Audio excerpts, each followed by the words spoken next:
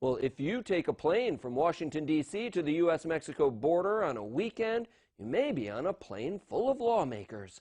Congressional delegation, or CODEL, trips to the border are all the rage as members of Congress want to see for themselves what's going on at detention centers full of migrants.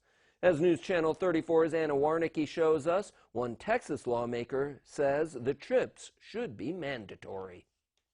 The more people that see the border, the better. Texas Republican Congressman Will Hurd says he invites any lawmaker to visit his district, which includes 820 miles of the U.S.-Mexico border. I wish I could make a law that says you can't talk about the border unless you've been to the border a certain number of times. Over the past 3 weeks, dozens of lawmakers hopped on a plane to the southern border, toured migrant detention facilities, and met with Border Patrol officers. This weekend, it's New York Republican Congressman Tom Reed's turn to see firsthand the crisis that I think we all now recognize exists there. Reed is visiting McAllen, Texas on Friday with 15 other members of the House Problem Solvers Caucus. And see what is it that we can maybe do together to help solve this problem. And that's the heart of the mission. And at the same time, Senate Minority Leader Chuck Schumer is leading a delegation of at least a dozen Senate Democrats. We hope, desperately hope, that the conditions have improved over the last several weeks.